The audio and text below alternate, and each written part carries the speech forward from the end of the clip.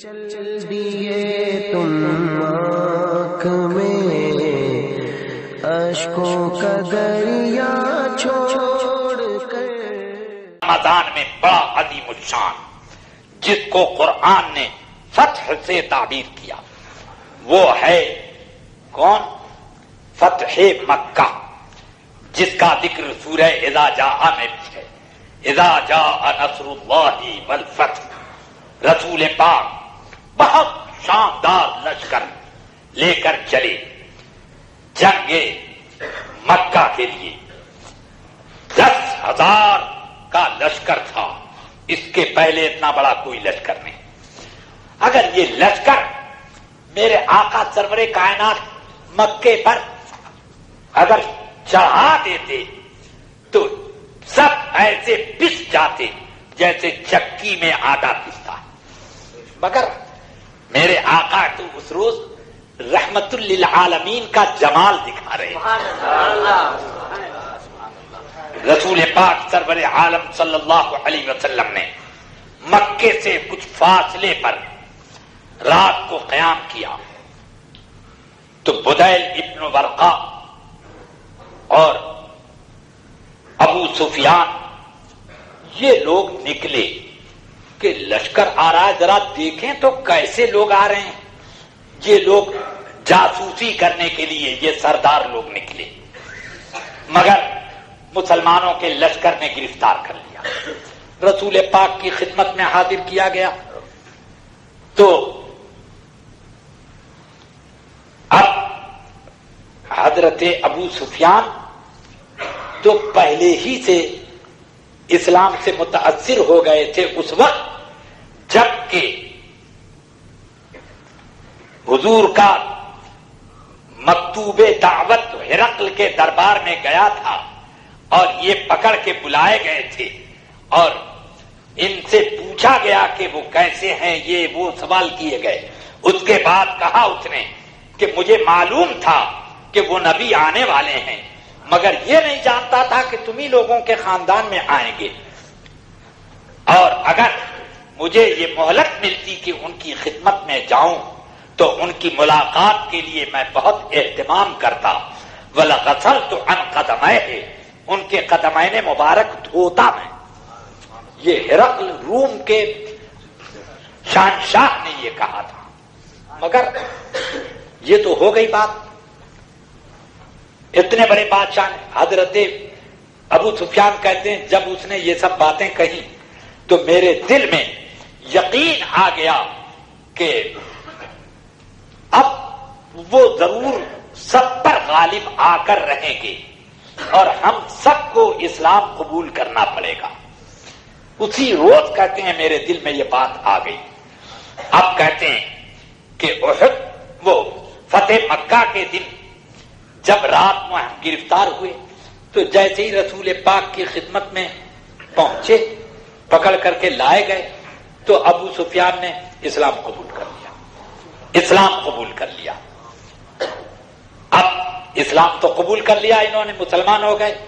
حضرت سیدنا عباس ابن عبد المطلب رسول پاک کے چچا کہتے ہیں یا رسول اللہ ابو سفیان کو ذرا اپنی شان بڑی پسند ہے تو اس کی شان والا کوئی اعلان کر دیں.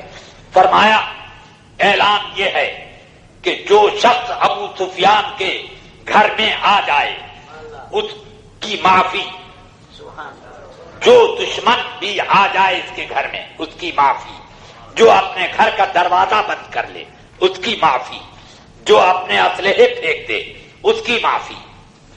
اب حضور نے فرمایا کہ عباس ان کو لے جاؤ، لشکروں کی بھیڑ جہاں سے گزر رہی ہے ان کو ذرا دیکھنے کا موقع دو تاکہ دل کا ایمان مضبوط ہو جائے. تو اب ایک ایک لشکر گزرتا رہا. 200-300 آدمیوں کا لشکر گزرا. پوچھا یہ کون؟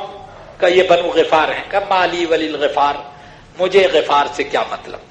پھر دوسرا لشکر، تیسرا لشکر، چوتھا لشکر، بہت بڑا لشکر گزرا. کہتے ہیں یہ کون سا لشکر؟ کہ یہ انصار ہیں اور سعد ابن عبادہ کے ہاتھ میں پرچم.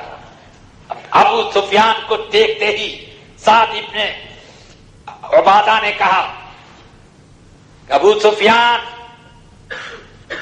الیوم یوم الملحمہ الیوم تحل الکعبہ، اے ابو سفیان آج خون ریزی کا دن ہے، خون سے لالہ دار بنا دیں گے، اور آج کعبہ حلال ہو گیا، وہاں جس کو چاہو قتل کریں گے۔ تو ابو سفیان نے یہ سنا تو کہتے ہیں حبذا یوم الزمار یا عباس، اے عباس یہ خون ریزی تمہیں لوگوں کو مبارک ہو۔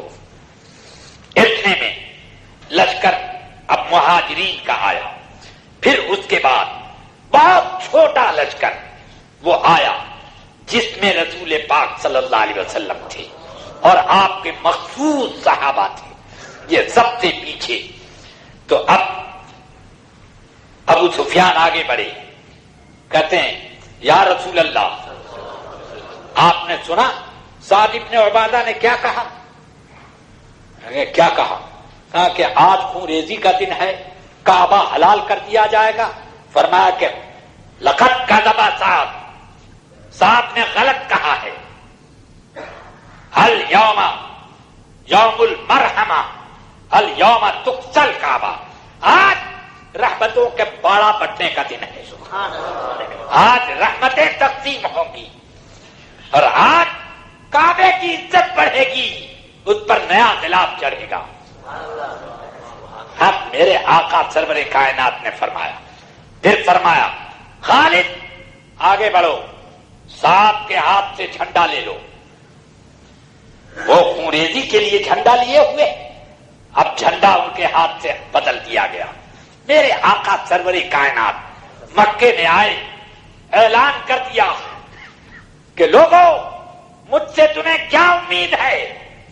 تم نے میرے ساتھ بہت سی زیادتیاں کی، تم نے میرے خلاف بہت بڑے بڑے انتظامات کیے، جنگیں لڑی، مجھے مکہ چھوڑنے کے لیے مجبور کیا تھا، آج میں آ گیا ہوں، مجھ سے کیا امید ہے؟